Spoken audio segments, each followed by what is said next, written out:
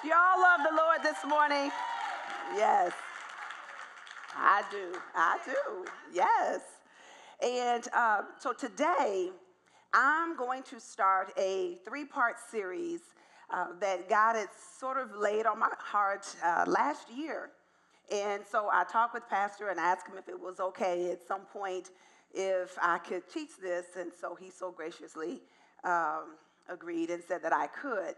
And so the series topic is Great Expectations. Great expectations. And within our great expectations, I believe that there are three main topics within that really form our lives, especially if you are a Christian. And one of those, the first one, is our expectation of others. That's huge. Our expectations of ourselves and our expectations of God. As Christians, we have expectations in all of those areas. So before they put it on the screen, if someone said to you or asked you, what is expectation? What does that mean? What would your definition be? Something that you're looking forward to happen. Anybody else? Something different? Something to hope for? Yeah, absolutely. And they can put it up on the screen, the definition of expectation. And it's a strong belief that something will happen or be the case in the future. A belief that someone will or should achieve something. Now, our entire life is in expectation. Our entire life. When a woman is pregnant, she is said to be expecting. And so when a baby is born, we expect that that child will hold his head up, roll over, sit up, crawl, walk at a certain point.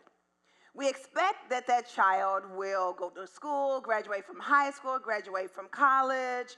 We expect that that person will get a job. And at the end of that 2 weeks, we expect a paycheck, or else your boss can expect to have a very angry person at their door. We're expected to marry, have children, because if you don't, you can expect that somebody will ask you why you're not married and why you do not have children. Even the whole earth is in expectation. Romans 8:19, it says, for all of creation is waiting eagerly for that future day when God will reveal who his children really are. So everything is in some form of expectation. Now, a lot of times when we're thinking about expectation, there's expectation and then there's reality. Two totally different things, expectation and reality. And so I found some things that I thought exhibited expectation and reality. And one is, if they can just begin to pull those up. The first one is they expected to make a cake that looked like Elsa from Frozen. However, the reality is that it was something totally different. Okay? Go to the next one. Our expectation is when we buy that Big Mac, that Whopper, that it's going to look like the picture. The reality is that it looks like that. And it probably doesn't taste much better. We have our expectation of, go to the next one, of our plan for our life. We think we're going to get on our little bicycle. We're just going to go to where we want to go and get there. And it's just like smooth sailing. But the reality is that our plans are fraught with challenges and dips and things, and he's going to have to get rid of the bike and get on the boat and all those things. Then we also have the reality is when we take our children to get their picture taken with Santa Claus, the expectation, that's if you're old school like me, you know that's Buffy from Family Affair. And but the reality is that the kids sometimes they don't cooperate, and they cry, And go to the next one. Now, my expectation was that when I started running, that I was going to look like the late, great FloJo. Hair flowing in the wind, strong, arms pumping. You know, she's got the muscles in her legs. Look at those muscles in her arms. And it's just like, oh, FloJo, like, oh my God, I'm going to be like her. That's the expectation. However, the reality is that it doesn't always turn out that way. And I struggle, and I'm not pumping, and I don't look happy, and it's hard. But in my defense, she would run like 100 meters or 200. And so that's a really fast race where you're done in a matter of seconds. Me, however, that was a 10-mile race I was finishing up. And so that was one of my first ones that I competed in. And I had braids in my hair, and I would never, ever run with braids because they're too heavy. And so I had all those strings and cords. And so I've learned since then you wear wireless and you don't wear your hair braided. So, but I still have the hopes that at some point I can look like her, because Pastor has filmed me coming toward the end of a race. And when I know I'm at the end and I know he's filming, in my mind, I'm running like really fast. You know, it's like I know he's filming me. I'm like running really fast and cross that finish line. And then when I see the video, it's like, it's not a pretty picture. So, but yes, so we have our expectations and we have our reality. I'm going to talk today about expectations of others. That's my first topic in this series, our expectations of others. And I wanted to start with this one because I believe that our expectations of others is really something that we struggle with. We struggle with that because a lot of times you're trying to meet someone's expectations, so you're miserable, and then they're miserable because you can't meet their expectations. So nobody's happy. And it makes me think about the classic book written by Charles Dickens that came out in 1861 called Great Expectations. And I don't know if any of you have ever read the book or seen, there's been several movies, but the first one came out in 1946. But it centers around a little lad named Pip. But one of the central characters in the book is a lady named Miss Havisham. And she is an eccentric lady who she was supposed to get married. And on the day of her wedding, that's how she looked in the 1946 movie, Miss Havisham. And on the day of her wedding, her fiancé, the bridegroom, sent her a letter that said, I'm not going to marry you. And so at the time she read the letter, she stopped all the clocks in the house. She kept on her wedding dress. She kept all the cake, everything there. Nothing changed because she was in continual expectation that at some point he would show up. If you've never seen that movie, it's really, really good. So I have 3 points today when we're talking about our expectations of others. And the first point is our low expectations. Low expectations that we have of someone. And if you would, turn to 1 Samuel 16, and then we're going to read verses 1 through 3. But our low expectations. And just to give you a little bit of history, in chapter 15 of 1 Samuel, it's the account of Saul and how he was supposed to wait for the prophet Samuel to come to make the sacrifice. But Saul, fearing the people, he went ahead and made the sacrifice, which he was not supposed to. And then when Saul called him on it, he lied and was like, well, you know, and God had told him to destroy all of the Amalekites, and he didn't do that, and he kept some of the stuff. And again, when Samuel asked him about it, he was like, well, you know, I fear the people, or I did, you know, sacrifice some of this stuff. And he was like, but you didn't do what you were supposed to do. So God rejects Saul as being king over Israel. He's done. So in chapter 16, that's where we pick up, where God is telling Samuel, this is who I want you to anoint to be king. So 1 Samuel 16, 1 through 13, sorry. It says, the Lord said to Samuel, how long will you mourn for Saul, since I have rejected him as king over Israel? Fill your horn with oil and be on your way. I am sending you to Jesse of Bethlehem. I have chosen one of his sons to be king. But Samuel said, how can I go? If Saul hears about this, he will kill me. The Lord said, take a heifer with you and say, I have come to sacrifice to the Lord. Invite Jesse to the sacrifice, and I will show you what to do. You are to anoint for me the one I indicate. Samuel did what the Lord said. When he arrived at Bethlehem, the elders of the town trembled when they met him, and they asked, do you come in peace? Now that's kind of like if you were at home minding your business and Pastor Mike just showed up at your front door. What would y'all think? What would y'all think? Something's wrong. Am I in trouble? What I do? I didn't do it. What's wrong? Who passed away? What happened? It's not going to be good because he's just not going to show up at my house for any reason. And that's how they were. They were afraid like that. So we're going to pick up in verse 5. And it says, Samuel replied, yes, in peace.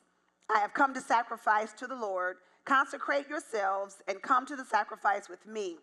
Then he consecrated Jesse and his sons and invited them to the sacrifice. When they arrived, Samuel saw Eliab and thought, surely the Lord's anointed stands here before the Lord. But the Lord said to Samuel, do not consider his appearance or his height, for I have rejected him. The Lord does not look at the things people look at. People look at the outward appearance, but the Lord looks at the heart. Then Jesse called Abinadab and had him pass in front of Samuel. But Samuel said, the Lord has not chosen this one either. Jesse then had Shammah pass by, but Samuel said, nor has the Lord chosen this one. Jesse had 7 of his sons pass before Samuel, but Samuel said to him, the Lord has not chosen these. So he asked Jesse, are these all the sons you have? There is still the youngest, Jesse answered. He is tending the sheep. Samuel said, send for him. We will not sit down until he arrives. I love that because he's like, we're just going to stand right here and wait. Just go get him, please. Okay. So he sent for him and had him brought in. He was glowing with health and had a fine appearance and handsome features. And I'm going to go ahead and say passages for you. That's you, right? Just like you. Yeah. Okay. Then the Lord said, rise and anoint him. And this is the one. So Samuel took the horn of oil and anointed him in the presence of his brothers. And from that day on, the Spirit of the Lord came powerfully upon David. Samuel then went to Ramah. Now, David's father, Jesse, and all his brothers, they had low expectations of David. How do I know? Because none of them, when the prophet came to consecrate them, nobody said, David's outside. They all was like prancing before the Samuel. Nobody thought, what about David? And so it wasn't until the prophet said, let's go get him. And then it was like, oh, we do have a brother that's outside. He's tending some little sheep or something. You know, it was like that. And so Jesse said, go and get him. David was an afterthought. He wasn't even on his family's radar. And so here's what I know. Is sometimes the very people that should know your giftings and everything that is inside of you, they're the very ones that don't recognize what's inside of you or all that you possess. David's family had very low expectations of him, and they probably had no idea that he was outside killing lions and bears and doing all those things because they didn't think anything of him because he was just tending sheep. Even though they didn't recognize what was inside of him, it didn't change the fact that it was there. So you need to know that. So it's no coincidence that God uses family after family in the Bible to make a point. It's like he's saying familiarity, breeds contempt. So when someone knows you, they're less likely to appreciate you. Joseph's brothers, they had low expectations of him. Leah's father, he had low expectations that she was going to ever get married, so that's why he tricked Jacob. The prodigal son's brother, he had low expectations of him. That's why he got mad when he came back home. So how many of us have had a family member tell us, oh, you can't do that. Nobody in the family has ever graduated from college. Who do you think you are? We don't own businesses. We don't do those things. We just work a job and that's it. Or how about this one? Oh, I know your sister. She can do that because she's the smart one. But I don't think you'll be able to do that.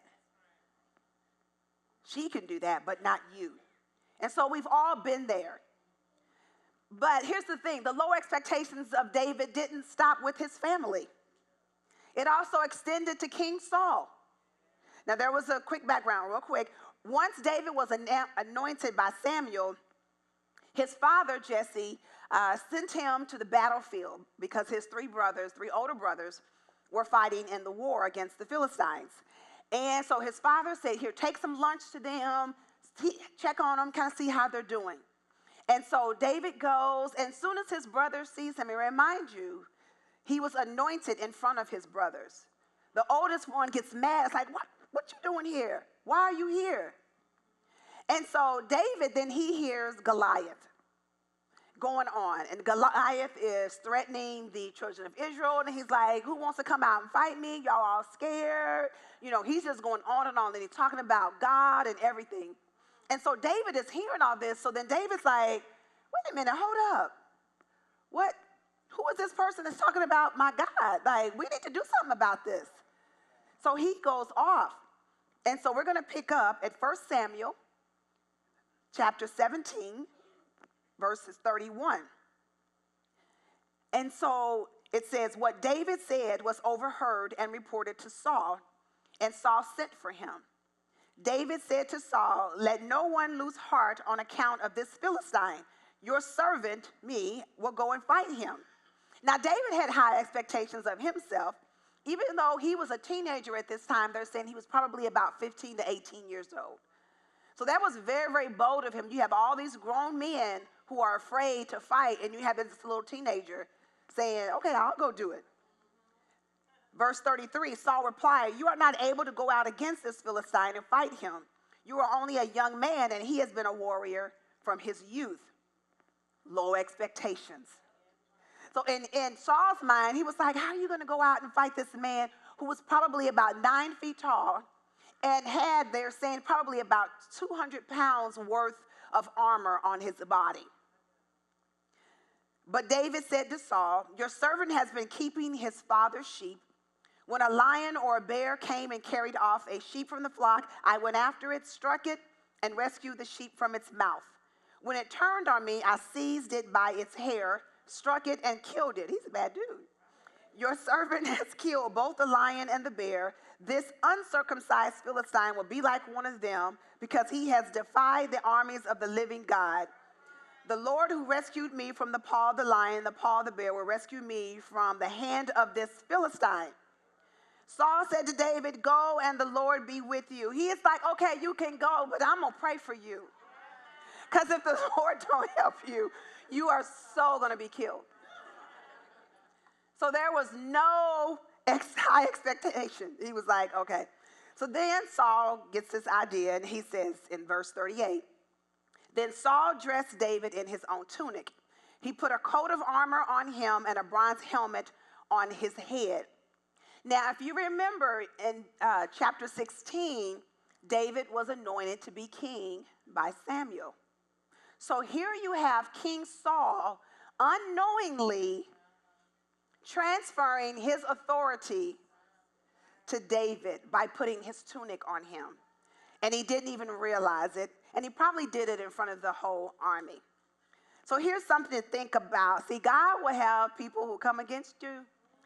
that he will have them transfer their power and authority to you, and they won't even realize that they're doing it. But it's all a part of God's plan. You will have somebody do some things for you, and you're just like, what? And they won't even realize. They were like, why did I do that? Because God told him to. So we're going to pick up at verse 39. It says, David fastened on his sword over the tunic and tried walking around because he was not used to them. I cannot go in these, he said to Saul, because I am not used to them. So he took them off. So let me stop again. So I don't know who this is for, but don't let somebody put something on you that you are not supposed to wear. That's what they're supposed to wear, not you. So Saul was trying to put his things on David because he wanted David to fight the way that he fought. David said, I can't fight the way that you fight. I have to fight the way that I know how to fight. So don't try to fill somebody else's shoes that you weren't supposed to fill. They're already walking in their shoes. You walk in your shoes. Don't allow somebody to put something on you. You fulfill your purpose. 40. Then he took his staff in his hand, chose 5 stones from the stream, put them in the pouch of his shepherd's bag with his sling in his hand, and approached the Philistine. Now, I could also add Goliath to that list of people who had low expectations of David. Because once David went out to Goliath, Goliath was like, wait a minute, hold up. This little boy, you gonna send this little boy out to fight me? Oh no, he was really insulted. He was like, how are you gonna do that? And he told him, he said, I'm gonna kill you, I'm gonna cut your head off, feed it to the birds, and what, we done with this. He had no expectations of David. And then he called David a dog, which when I grew up, those were fighting words. Somebody called you a dog, it was like, okay, I don't have earrings on today, but it was like, I'm going to have to take my earrings off. I'm going to have to fight. You call me a dog. Those were fighting words. See, Erica's with me. But nobody believed in David. And there is there's an inspirational, motivational speaker, Les Brown. Some of you may have heard of him or not. And one of the things that he said, someone's opinion of you does not have to become your reality. Someone's opinion of you does not have to become your reality. How they see you, what they think, that's not your reality. That's just what they see. Their expectation is not your reality. And you need to know that. And I know it's easier said than done, but it is possible. So instead of using that as a negative in your life, use it to fulfill your destiny.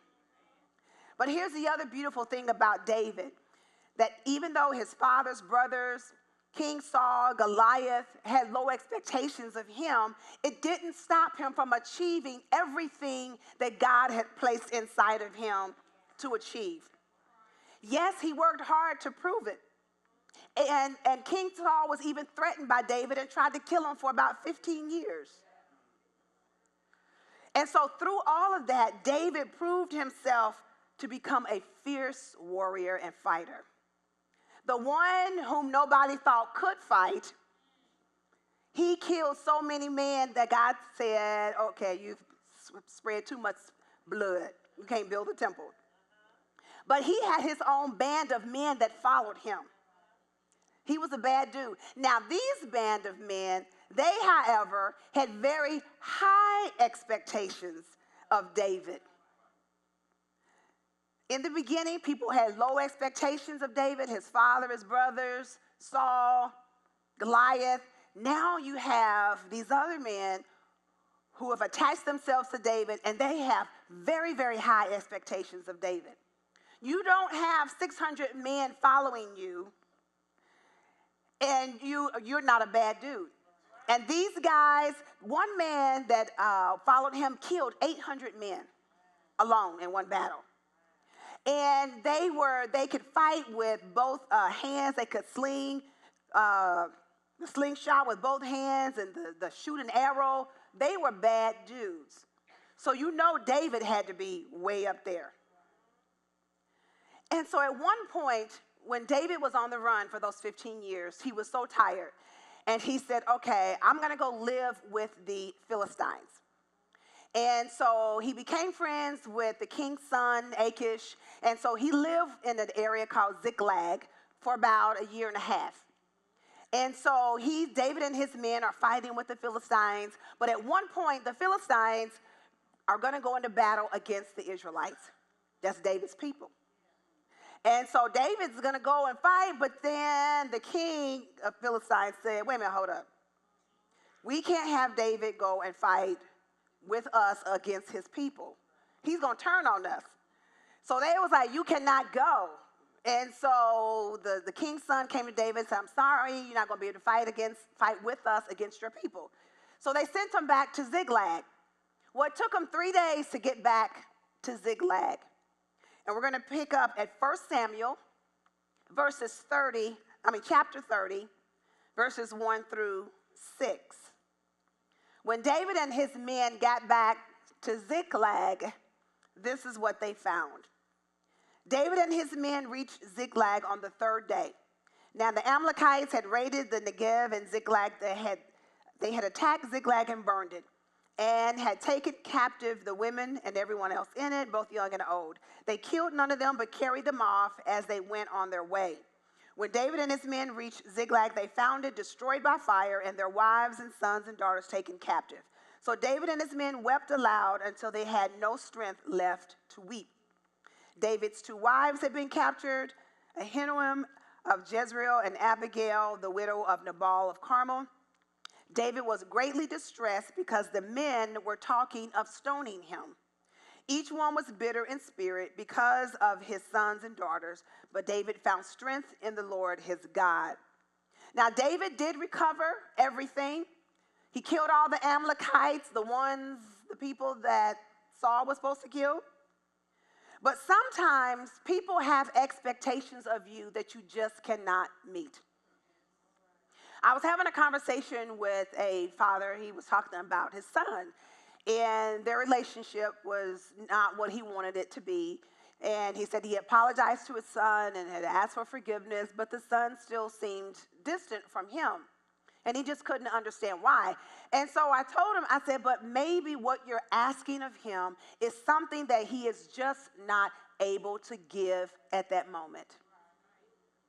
And a lot of times we think that because we say, I'm sorry, can you forgive me, to a person, and we think in our minds, our expectation is that I've said I'm sorry, I want you to forgive me. So in our mind, our expectation is that it's over with.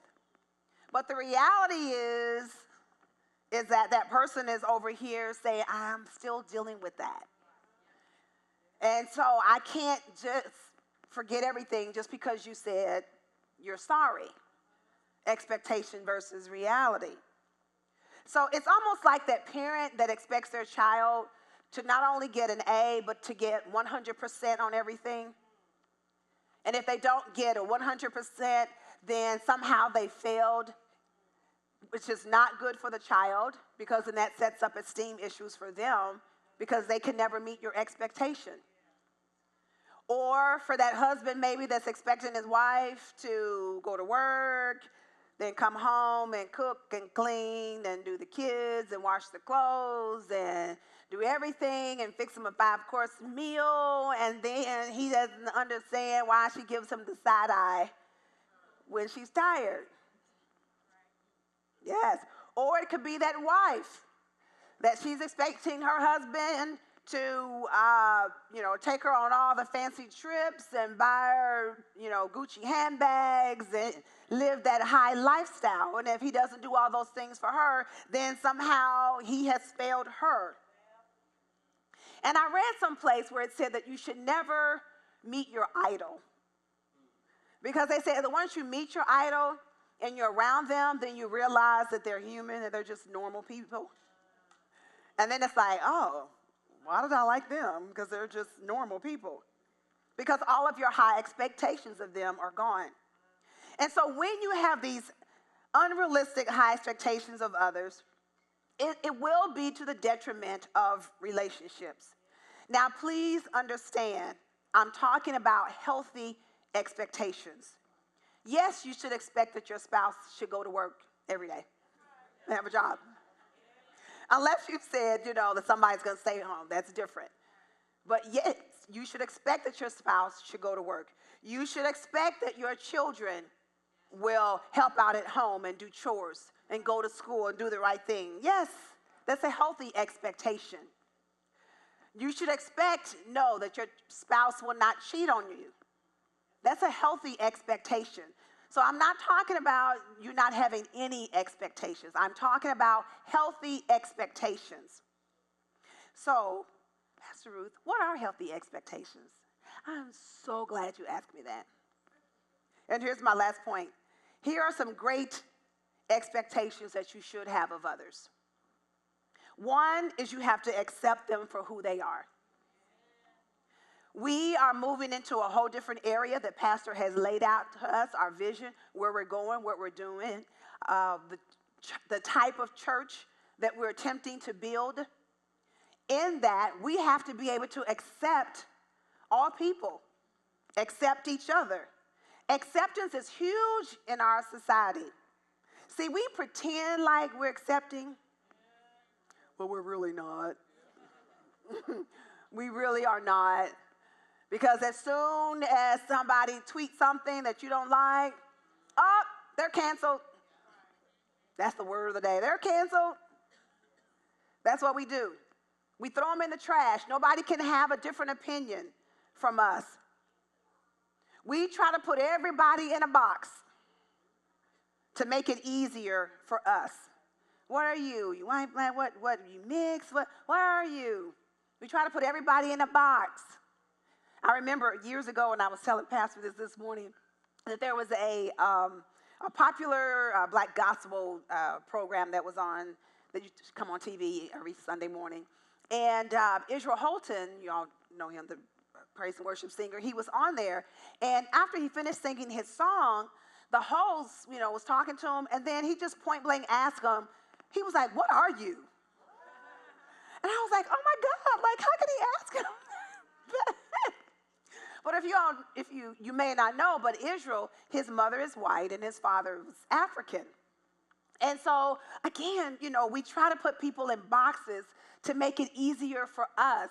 But we have to accept people for who they are. Thank you. We have to accept them. And here at New Birth, we accept people for who you are. One of the things that Pastor has always said is he wants Pookie sitting next to the judge. And that's not going to happen if we're not accepting. Okay? And that has nothing necessarily to do with color. That's class. Can you accept somebody who is of a lower class than you? Who doesn't have what you have? Can you accept that person for who they are? So the first is accept them for who they are. The second one is see the potential in them. Quit being negative. Turn to somebody and tell them, say, quit being negative. Yes, quit being negative, nitpicking every wrong thing you see about them. Because everybody has potential and nobody is perfect. Do you not know that you can literally change a life by what you speak into somebody? If you're positive, if you give them a kind word, everybody has potential. Can you be nice to the cashier? And she just started the job and she's slow and the line is long and you're trying to get home and you're tired. Can you be nice to the person at the window in the restaurant when you go to get your hamburger? Can you see that potential in them and not just say, "Oh, but they just a person, they're just working the window at McDonald's. They not anybody." Can you see potential in them? Can you say to them, "You know what? I know you working here at McDonald's, but I believe you got a good future ahead of you." Can we do that? Everybody has potential. There is a quote by Maya Angelou, if they could pull that up, And this is what it says. It says, you can see in others what they don't see in themselves and what the world doesn't see in them. We all have that possibility, that potential, and that promise of seeing beyond the seeming. That person that's in your life, can you see beyond what you see right now? You may be saying, oh, they're messing up, they're not doing the right thing, but can you see what's possible in them? I know your husband may not be doing the right thing or what you think he should be doing, but can you see the possibility in him? The children may not be doing the right thing, but can you see the possibility and the potential in them? Here at New Birth, we will see, and we do see, the potential in others. That's, I think it was Tanisha said one time that she called me the recruiter. Because I'm always, going to somebody saying, hey, have you thought about this? Hey, why don't you do this? Because I see potential in people. And it doesn't say that, oh, I'm so up here. I'm not saying that. But I try to see the potential in what a person, I believe, has to offer to something. So here's the third one. Love them where they are. Maybe somebody is not where you think they should be in life. Or maybe they are struggling with some sort of addiction. But love them where they are. Because somebody's loving you where you are. Because I always like to say, you have heard me say this many times, and we'll say, oh, I'm struggling to forgive that person. It's really, really hard. Well, somebody's probably struggling to forgive you. All right? So love people where they are. And if they're trying to do better, then encourage them. Even if it's no more than they can tie their shoes. And you say, oh my gosh, I have never seen anybody tie their shoes as well as you do. Can you just undo it and just tie it again? I need to see that loop. Oh my gosh. If that's the only thing they can do, then you just tell them about that. But here's the other thing is that none of us are really deserving. None of us are really deserving. Because our problem is that we give our love based on whether or not we feel that they deserve it. When none of us are really deserving. And then our fourth point in how you can have great expectations for people is to relinquish your control. Ouch. Relinquish your control. Let it go. You're not the judge and jury over somebody's life. Allow for their opinions. Allow them to make mistakes. Allow them the flexibility to change your grand plans. Don't put yourself in the place of God, because when you're saying it's got to be my way, my expectations, you're putting yourself in the place of God. And we know what Jeremiah 29:11 says, for I, that, and who is I? It doesn't say Erica. It doesn't say Ruth. Doesn't say Florence. Doesn't say Jessica. Doesn't say any of those names. It says, for I know. Speaking of God, I know the plans I have for you. It's not your plans. You have to relinquish your control over that person's life and how you think that they should do everything. Because they're not going to do it the way that you want them to do it.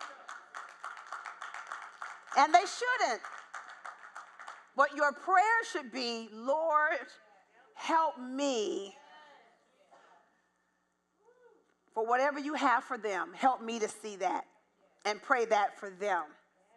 And so when you decide to have a healthy expectation for a person, then you begin to have better relationships, and you can begin to develop true dialogue and understanding with that person. God desires that we have healthy relationships. Everything hinges on this one verse. It's in Galatians 5:14, and it says, love your neighbor as yourself. Love your neighbor as yourself. As we move into the vision that God has given our pastor to give to us, great and healthy expectations of each other are vital. It's going to be vital as we move forward that we have healthy expectations of each other. Not unrealistic expectations, not something that you saw on TV of how you think a person is or is not. It's a healthy expectation of what God is doing in their life. And I wrote a confession that I want them to put on the screen. And I want you to get out your cell phones, your tablets or whatever. And I want you to take a picture of it, because as you are praying, I want you to pray this prayer. I want you to make this confession to help us. Because I think at some point in our lives, all of us, there's probably somebody in our life that we have either low expectations of, too high, or too high of an expectation of them. And we're going to read this together. And I'm serious. I want you to make this confession. Because as I said, as we're moving forward, it is vital that we have healthy expectations. We have to know that we're not perfect. That we're here, you know, a lot of times when people say, oh, I got to leave that church because they're doing these people or whatever. Well, you go to the next church and they're unhealthy too. Because nobody's perfect. Everybody's flawed. We have to love people where they are and understand that. So here we're going to read this together. My great expectations for others. Read it with me. Dear God, my great expectation for others is to see them as you see them, healthy, blessed, fulfilled, and living on purpose. I relinquish my expectations that they live their life according to how I see it, but that they live their life according to your plan and for the reasons you created them. Help me to take a step back and to understand that we are all flawed. God, I thank you for opening my eyes to see the beauty that is in them, and I will strive to support their efforts as they walk out your plan. In Jesus' name, amen. All right, and can we stand?